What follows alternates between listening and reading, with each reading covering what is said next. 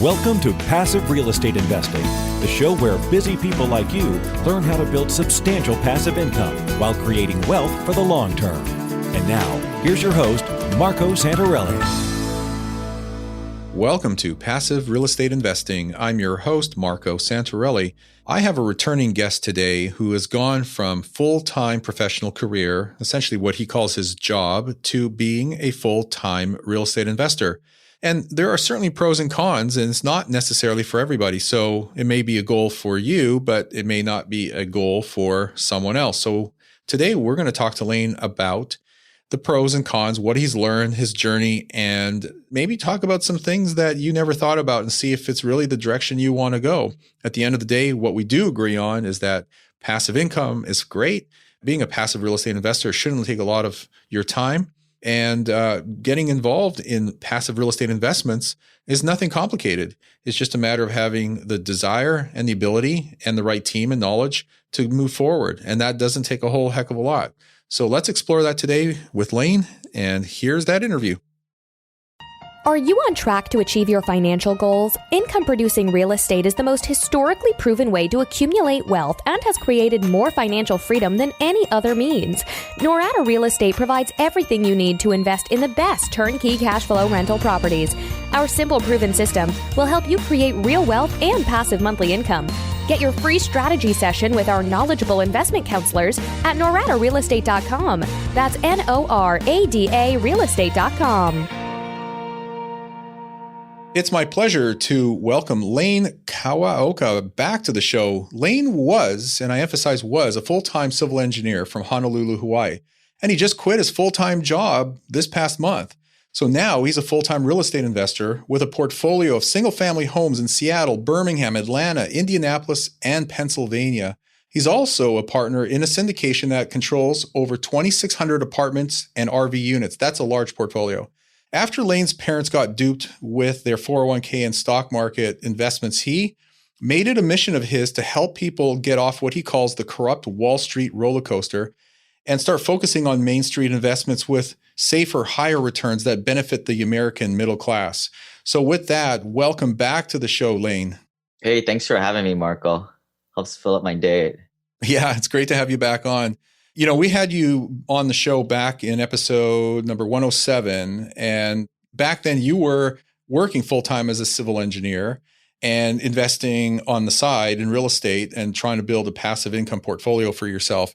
And so you've achieved that. And so why don't we start off as a refresher, learning about you and telling us about your background and how you got started in real estate investing? Yeah, so graduated college in 2007. From engineering school, but at that point, just like everybody else, told to go to school, get a good job, work at the said job, and then buy that primary residence because it's supposedly the way to get on the escalator of wealth. So I bought that first home in 2009, was never at home because I was working at a job that was 100% travel. So I just started to rent it out. The rents were $2,200. The mortgage was $1,600. And for a young 20-year-old kid, that was a lot of beer money. I knew nothing about the 1% rule. I knew nothing. That house was $350,000 in Seattle in an A-class neighborhood. I knew nothing about getting B and C-class properties, but it got me started, right? So I'm an accidental landlord. Nice. So, you know, you were working full-time professionally as a civil engineer, and I think you did that for a number of years up until recently. So you finally took the leap and quit your job. So what was it that made you decide to quit being a civil engineer? I mean, aside from the obvious, which is a passive income, you know, if you have the ability to quit, do it. But some people love what they do. And I don't know if that was you, if you loved what you did, but tell us what made you make the decision.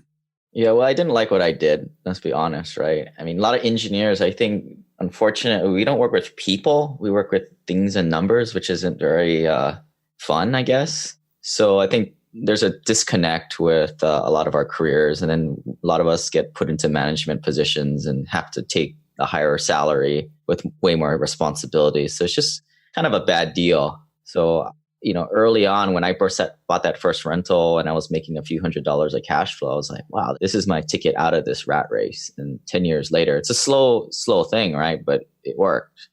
Right. So I was actually surprised to hear you say you didn't like your job because that takes a lot of time and schooling to get to become a civil engineer. And a lot of people look up to engineers because they recognize that aside from it being a good paying job, a 6-figure income, it's a respected profession. So I guess if you don't like it, you don't like it. I was actually surprised to hear you say that. Yeah, I mean, in the beginning, I was working for a big private company, and obviously that's not any fun because it's very cutthroat. You got to kind of watch your back. But I went to more government jobs, and things got a lot better. A lot more pleasant people to work around with, a little bit more quality of life. But still, having to go at this job day in, day out, and just trade your time for money for $100,000 salary isn't that bad, and it is pretty much easy money. But there's more to life, especially when your investments kind of start to hit that hockey stick and exponentially grow on you. Right. Yeah. And you cut your teeth on turnkey real estate investments, and then you kind of ventured out into doing larger deals through syndication. So how did investing in turnkey real estate and these other investments ultimately make that possible for you? Again, I'm not asking you the obvious answer, that passive income stacked, but what happened in that journey that allowed you to grow personally and in your portfolio and then leave your job?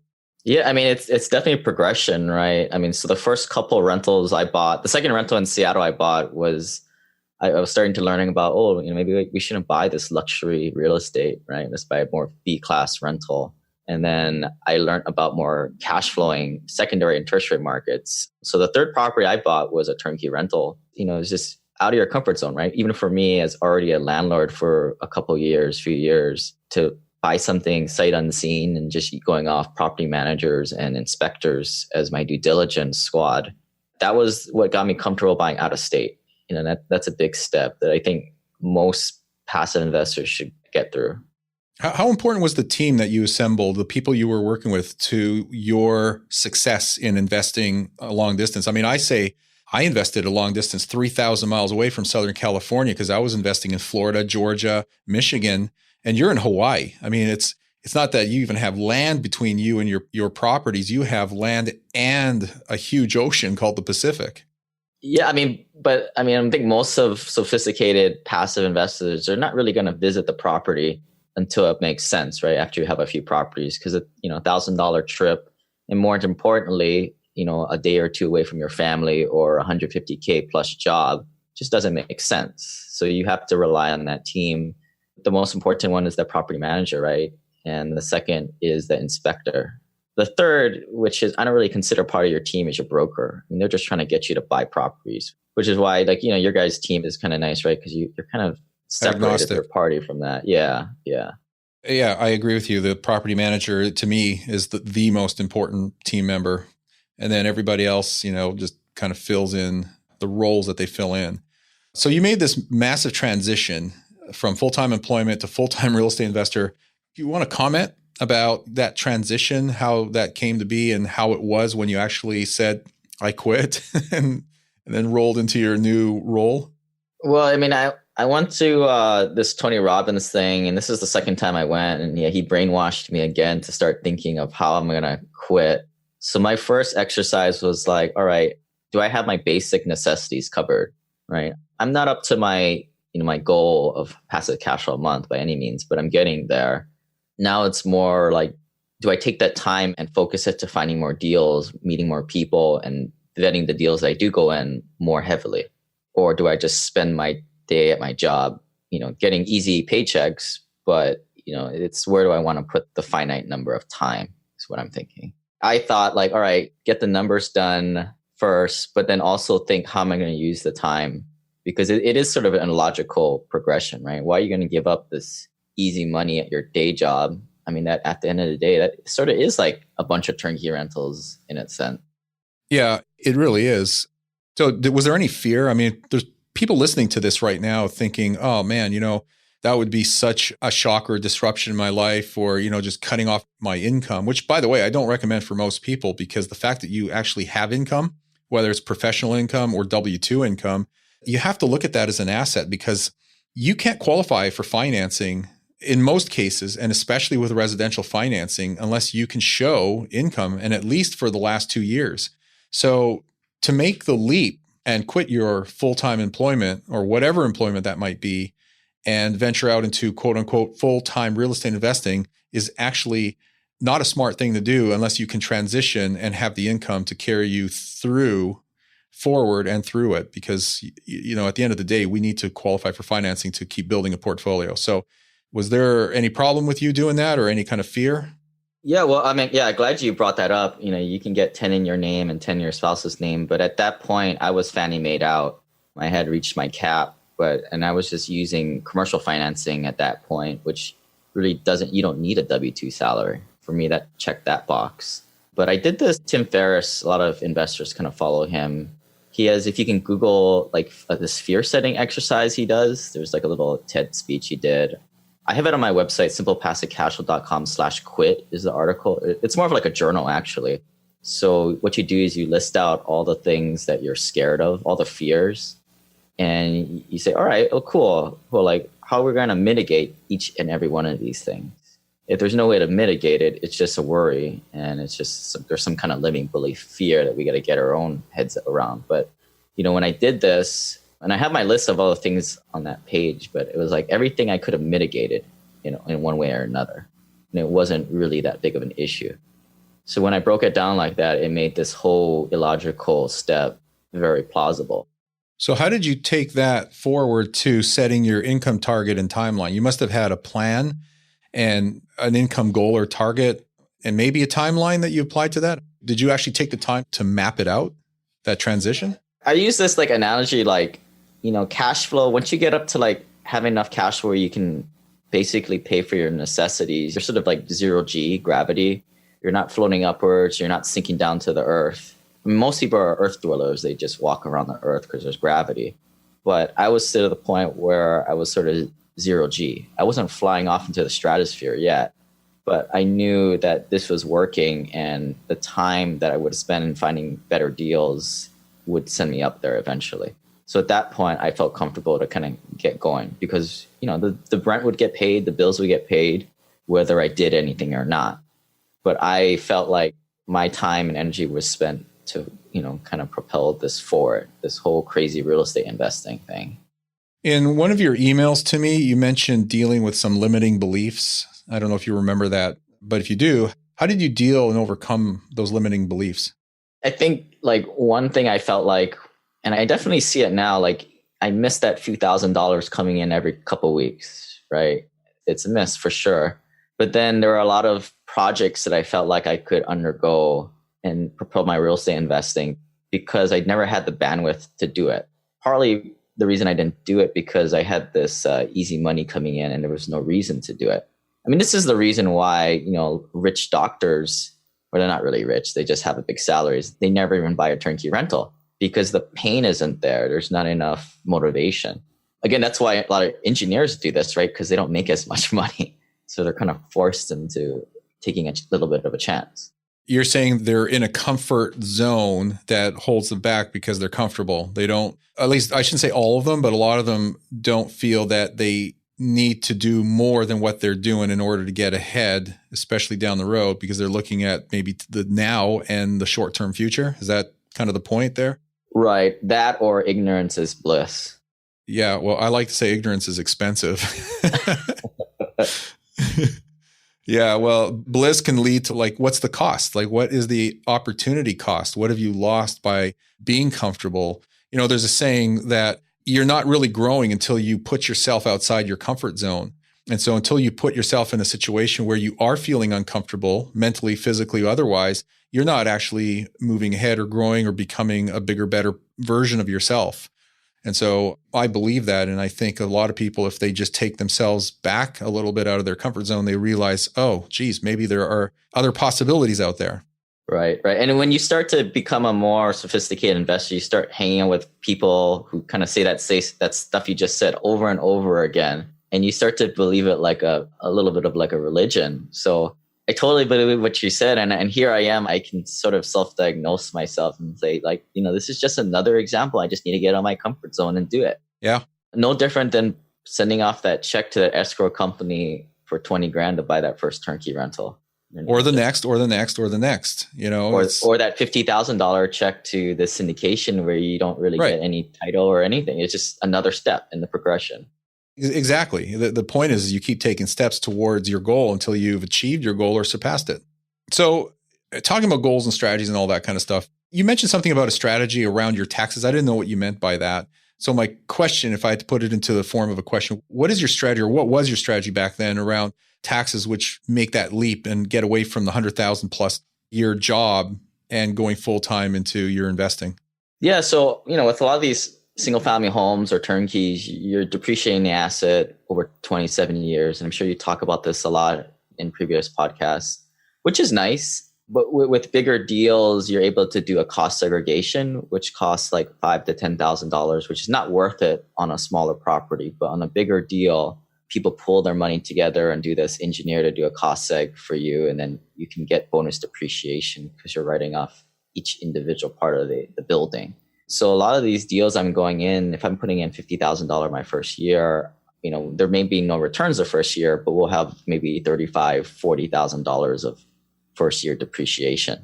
So a lot of times I think with this year's bonus depreciation laws, which is phasing out in the next few years, we're able to write off the entire asset, 30% of it. So now I have all these K1 tax forms coming back, just like how people have their depreciation on their single family homes. And it's just these passive losses are just stacking up in my passive loss bucket, not really doing anything because I'm not a real estate professional. I can't tap into that. So part of the strategy was for me to quit my job right before the middle of the year. So I can, in 2019, I can qualify as a real estate professional to actually use those passive losses. Oh, gotcha. I had a comment. The whole thing about cost segregation, I'm not sure if you're aware of this, or just throwing it in for the completeness of information. There are companies actually set up today that allow, I don't want to say smaller investors, but investors investing in smaller deals like single families, duplexes, fourplexes, to actually do an affordable cost segregation study that allows them to take the same advantages of doing it on a commercial deal at a smaller level, whether it's single property or a handful or a portfolio of them. And so they just do it across the board, and they do it at a nominal fee on a per door basis. So yeah, I've heard of that too. And send me their information later when you get a chance. But I heard it was like $400 or $500, and then you just go into a website, you type in some preliminary information. My understanding is like it's good enough. They're not going to do like a full blown, you're not paying them that much, of course, from the get go, but it's good enough, and you're going to be able to aggressively write off that asset quicker. Yeah, I actually interviewed this guy several months ago. So I'll get you the information. And for those people watching or listening to this, it's on our website, and it's also one of the previous episodes. It's not that long ago. I forgot the gentleman's name, but I'll put it in the show notes too. Yeah, definitely something good if you're going to hold it, more than 5 years. Yes. And the longer you hold on, the better that is. Yeah, definitely. Lane, you're a big advocate of investing passively, obviously. I mean, you and I just live it, breathe it, talk about it, preach about it. We're on a soapbox. So what might be some of the big lessons that you've learned over the last year since I actually had you on the show the last time? Because obviously back then you were actively investing as a full-time employee. Now you're a full-time investor without, the safety net of employment. What can you share? I'd love to hear your thoughts since we last spoke. I think, but right before we last spoke, I was kind of going down this path of being more an active investor, being an apartment operator. And then I realized there was no way I was going to be able to do it. Number one, I wasn't in the physical location to do these deals. A lot of these deals to cash flow, you're going to need to be in Texas or the Southeast. And I'm just not there. I live in Hawaii. And at the time I lived in Seattle. So just recognizing that I wasn't in the position to do it, nor I did this other exercise where I figured out how much assets I had. And if I just, grew my portfolio by 15%, I would be where I wanted to be and be financially free. I mean, that's the goal. So I asked a lot of these investors a lot of time, what the heck is your goal, man? What are you doing this for? What's that passive number that you're shooting for per month? And you can use math and figure out when you're going to hit it. If that's your goal, then why would you want to go pick up a 20 unit and put in all your eggs in one basket and do it all yourself? Just continue to pick up some single family homes, pay them down, cash flow that way, or, go into bigger deals in a syndication. It's just figure out what your end game is, right? Define the rules of the game. Because if you don't, you'll just keep playing. Yeah, you're right. You're right. Well, I mean, that's a great observation. I mean, do you have any suggestions based on that for people listening to this and saying, yeah, I want to grow what I'm doing or start investing passively?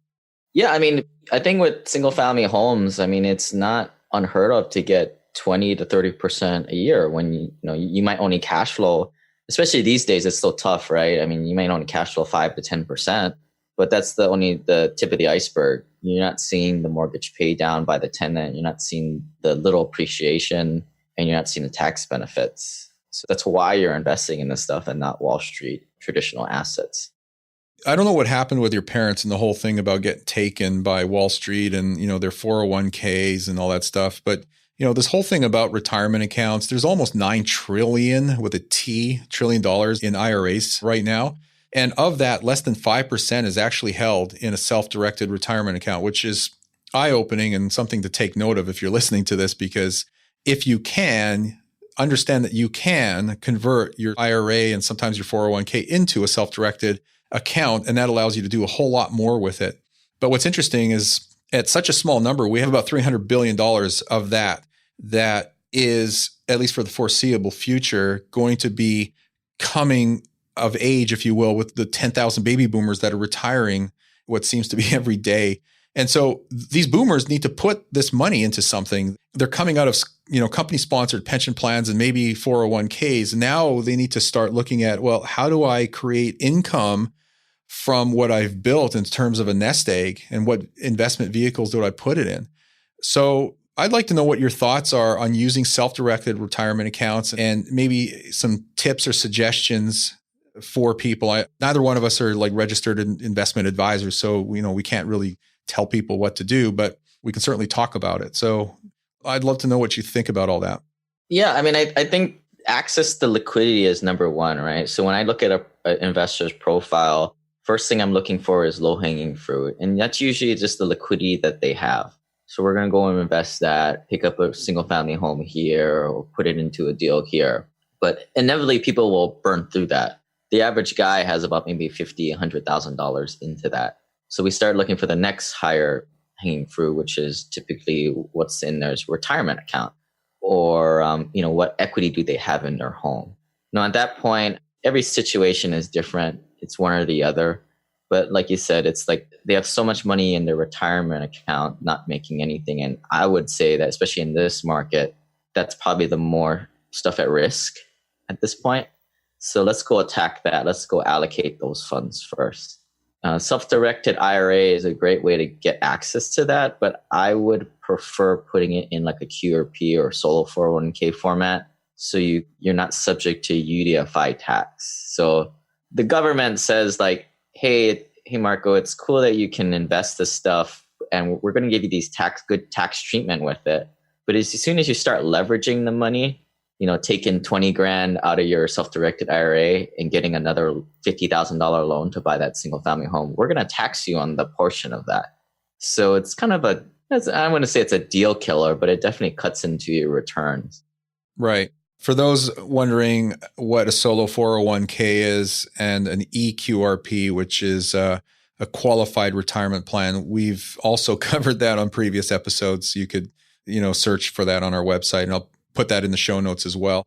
But they're actually very flexible and powerful vehicles that allow you to self-direct your retirement account, and it gives you some additional options and flexibility in being able to do that. But if you're using a regular 401k or a self-directed IRA, and these are truly self-directed, as long as you don't have leverage, you have no risk of having what's called UBIT taxes on interest income or any kind of income that you get in there. And I'm not the expert on this, so obviously, the guests I bring on are the ones you should be listening to, not so much myself.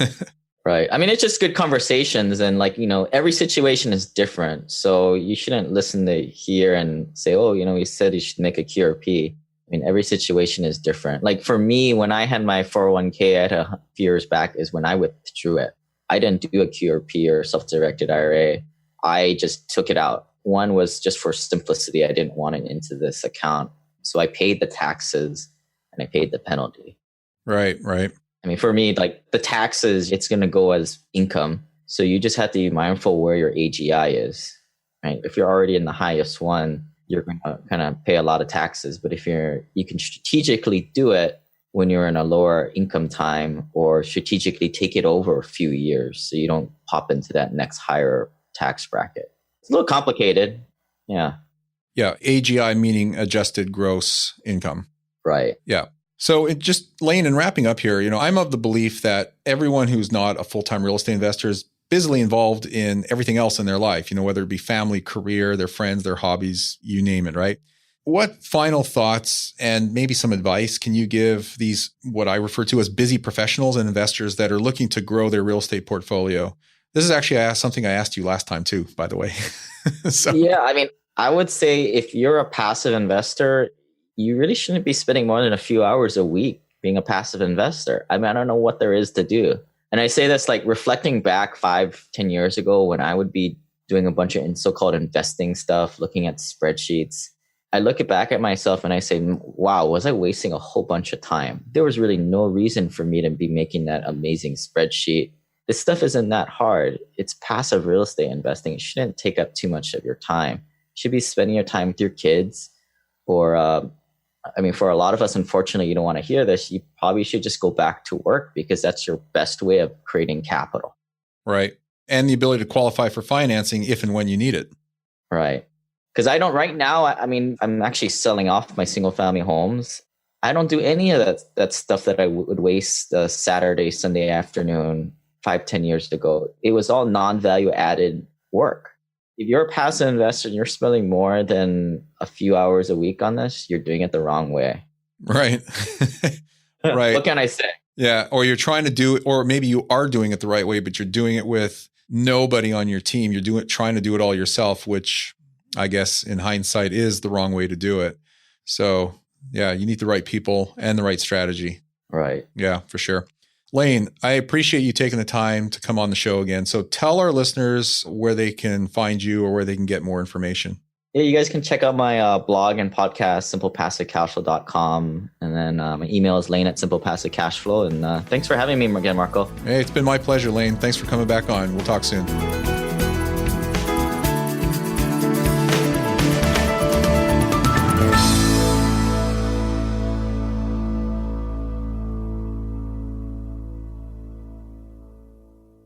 Are you having a hard time finding great investment properties? Unfortunately, the best deals are rarely found locally.